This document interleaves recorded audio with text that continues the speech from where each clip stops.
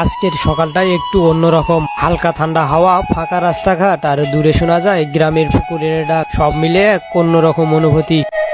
ঢাকা কল্যাণপুর ব্যস্ত শহর ছেড়ে রওনা হচ্ছে আমার প্রাণের জেলা গাইবান্ধার দিকে। নামেই যেমন সুন্দর, দেখতে ঠিক তেমনই সুন্দর। চারপাশে যখন ইট পাথরের ভিড়, তখন মনের ভিতরটায় সবসময় ছুটে যেতে চায় সেই শান্তির গ্রামের মাটিতে। তাই তো চলে যাচ্ছি নিজের গ্রামে। গাইবান্ধা জেলায় কিভাবে যাবেন, কোথায় থাকবেন, কি খাবেন, সম্পূর্ণ থাকছে আজকের ভিডিওতে। তাই ভিডিওটা শেয়ার করে দিয়ে সম্পূর্ণ দেখার অনুরোধ রইল। আসসালামু আলাইকুম, কল্যাণপুর থেকে শুভেচ্ছা জানাচ্ছি। আমি সিফাত ইসলাম। চারপাশটা গরম আর ব্যস্ত ঢাকা চেনার রূপ, কিন্তু আমি রওনা হচ্ছি আমাদের প্রিয় জেলা গাইবান্ধার উদ্দেশ্যে। আর সেই সাথে আজকের ভিডিওটা অনেক মজাদার এবং ইন্টারেস্টিং হতে চলেছে। তাই বলবো ভিডিওটা শেয়ার করে সম্পূর্ণ দেখার অনুরোধ রইল। আজকে আমাদের ভ্রমণ যাত্রাটি শুরু হয় ঢাকা কল্যাণপুর থেকে। তবে আমাদের সর্বপ্রথম গাইবান্ধা যেতে হলে বাস টিকিট কাটতে হবে। তবে হ্যাঁ, আপনি চাইলে বাসে কিংবা ট্রেন দিয়েও যেতে পারেন। যেহেতু বাস স্ট্যান্ড থেকে আমরা বেশি দূরে ছিলাম না, তাই চলে গেলাম অরিন বাস টিকিট কাউন্টারে।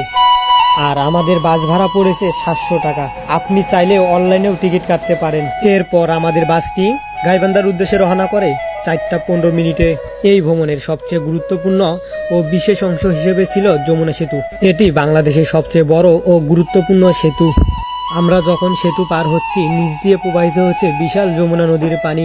রাতের অন্ধকারে সেতুর লাইটগুলো যমুনার জলে প্রতিফলন হয়ে এক অসাধারণ দৃশ্য তৈরি করে, যে কেউ দেখলে মনে করবে তারার সাথে নদীর কথা হচ্ছে। এরপর খাবার সহ যাবতীয় কাজের জন্য 20 মিনিট সময় দেওয়া হয় ফুড অ্যান্ড ভিলেজে।